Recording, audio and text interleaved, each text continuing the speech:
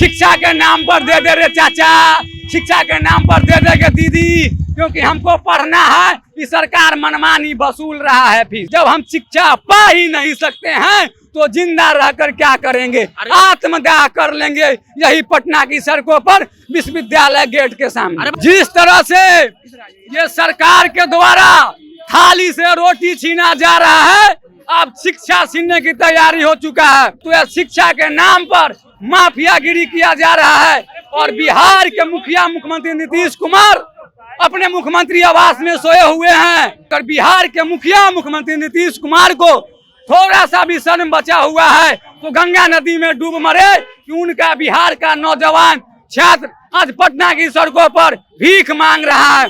नमस्कार, मेरा नाम पंकज है। आप जनता जंक्शन देख रहे हैं। सभी छात्र संगठन अभी सड़कों पर हैं। खासकर मैं बता दूं पटना विश्वविद्यालय के पास में, और यहाँ पे जो भी छात्र संगठन है, खासकर मैं बता दूं मनीष यादव जो कि पटना विश्वविद्यालय के छात्र संघ के अध्यक्ष हैं, वो अभी सड़क पर हैं और भीख मांग रहे हैं। जी हाँ, भीख मांग रहे हैं। भीख मांगने का कारण ये है कि सभी छात्र संगठनों ने एक कॉल बुलाया था कि जो कॉलेज की जो यूनिवर्सिटी में फीस बढ़ोतरी की गई है शिक्षा में, बीएड की फीस जो 1800 थी अब वो 1.5 लाख कर दी गई है। फिर विरोध प्रदर्शन के बाद उनका फीस बढ़ाकर फिर 25,000 कर दी गई है। हम बात करेंगे एक लोग, क्या नाम हुआ सर आपका? मेरा नाम पुरुषोत्तम कुमार हुआ। जिस तरह से ये सरकार के द्वारा थाली से रोटी छीना जा रहा है, अब शिक्षा छीनने की तैयारी हो चुका है। आप ही सोचिए, 1800 से 1.5 लाख किसान कहां से देगा, जिसका मासिक आय 10 से 12 हजार सरकार के द्वारा दिया जाता है, उसका बेटा 1.5 लाख कहां से फीस देगा? तो यह शिक्षा के नाम पर माफियागिरी किया जा रहा है। और बिहार के मुखिया मुख्यमंत्री नीतीश कुमार अपने मुख्यमंत्री आवास में सोए हुए हैं। आज गरीब का बेटा को शिक्षा से भी वंचित करने की कोशिश किया जा रहा है इन सरकार के द्वारा। आज देखिए, छात्र लोग के द्वारा, हम लोगों को द्वारा कॉपी किताब छोड़कर हाथ में थाली और कटोरा लेकर भीख मांगा जा रहा है। इससे शर्मसार की बात क्या है? अगर बिहार के मुखिया मुख्यमंत्री नीतीश कुमार को थोड़ा सा भी शर्म बचा हुआ है तो गंगा नदी में डूब मरे कि उनका बिहार का नौजवान छात्र आज पटना की सड़कों पर भीख मांग रहा है। हर दुकान चौराहे पर जाकर भीख मांग रहा है। यह किस काम की सरकार, जो सरकारी स्कूलों की व्यवस्था को बेचकर अडानी और अंबानी को जैसे माफियाओं के द्वारा शिक्षा बेचा जा रहा है। आज मान लीजिए, गरीब पढ़ाई नहीं करेगा तो अमीर ही पढ़ेगा ना। जब गरीब रहेगा ही नहीं तो गरीब ये सरकारी विद्यालय में पढ़ने आएगा ही नहीं। इसलिए यह साफ तौर पर कहें तो यह प्राइवेटाइजेशन के रूप में यह नीति आ रहा है कि गरीब को इतना पैसा होगा ही नहीं, वह पढ़ेगा ही नहीं और मेरे सामने आवाज बनेगा ही नहीं। तो सरकार के लोग तो वो कह रहे हैं कि सभी छात्र सक्षम है पैसे देने में। ऐसा नहीं है। 25,000 50,000 के फोन खरीदने के लिए पैसे है और 25,000 रुपये कॉलेज यूनिवर्सिटी में पे करने के लिए पैसे नहीं है। ये मूर्ख बना रहे हैं तो अपना बेटा को क्यों नहीं सरकारी स्कूल में पढ़वा रहे हैं? क्यों नहीं भेज रहे हैं? क्यों प्राइवेट स्कूल में भेज रहे हैं? यह सरकार में बैठे हुए गुंगी बहरी निकम्मी लोगों की दलाल है।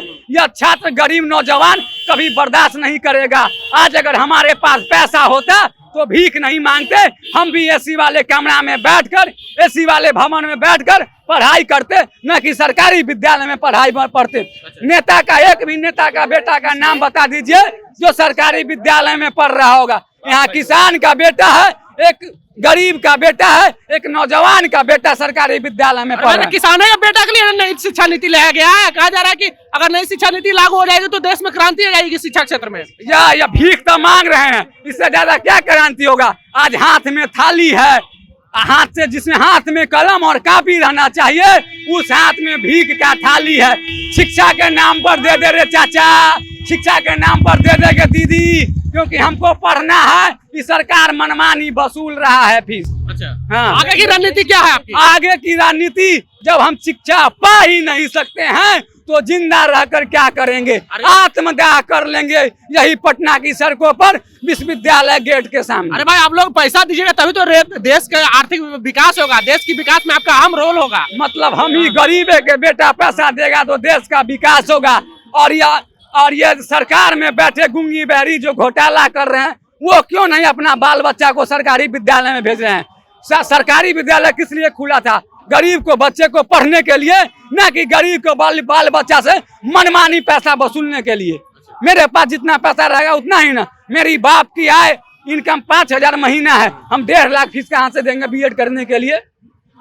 यानी कि गरीबों के साथ छल हो रहा है, गरीबों के साथ अन्याय हो रहा है, धोखेबाजी हो रहा है, गरीबों से शिक्षा छीनने की नीति लाया जा रहा है। साफ तौर पर ये प्राइवेटाइजेशन की ओर जा रहा है। अब सभी प्राइवेट हो जाएगा। सरकारी विश्वविद्यालय में ताला बंद हो जाएगा 5 से 10 साल के अंदर। वही अच्छी बात है ना। प्राइवेटाइजेशन होगा तो रोजगार बढ़ेगा, देश की विकास होगी, आर्थिक उन्नति होगी। अरे जब प्राइवेटाइजेशन हो जाएगा ना भैया, तो आप जैसे गरीब के हाथ में ना माइक रहेगा, ना आपका बाल बच्चा को शिक्षा मिलेगा। बताइए ना, सरकारी प्राइवेट विद्यालय में किसान के बेटा पढ़ सकता है, जिसको 2 से 3,000 जिसका डेली बेसिस 200 रुपया कमाई है, वो 5,000 देगा विद्यालय में पढ़ने के लिए।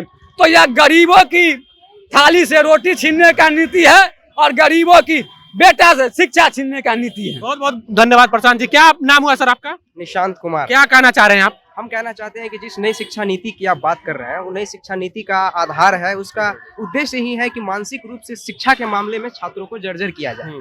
अब देखिए, नई शिक्षा नीति लागू हुआ, विश्वविद्यालय का जो बीएड का फीस बेतहाशा वृद्धि हुआ।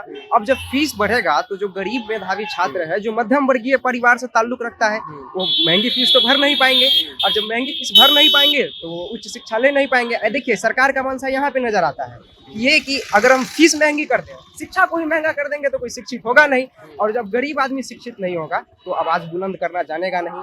हाँ, एक बात आप भी जानते हैं कि शिक्षा वो शेरनी का दूध है जो जितना पिएगा उतना दहाड़ेगा।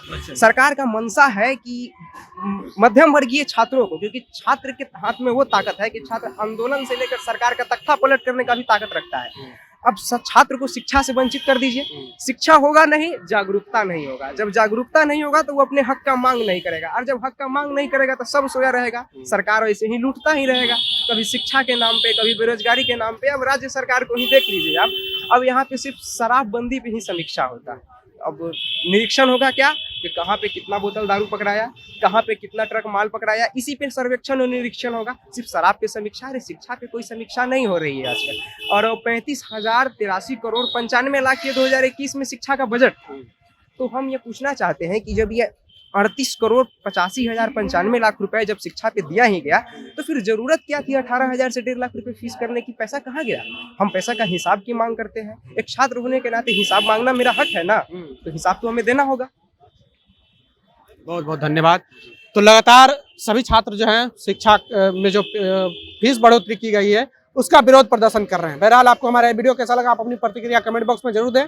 अगर आप यूट्यूब चैनल पर देख रहे हैं तो चैनल को सब्सक्राइब कर लें, फेसबुक पेज पर देख रहे हैं तो पेज को लाइक कर लें। मिलते हैं अगले वीडियो में। धन्यवाद।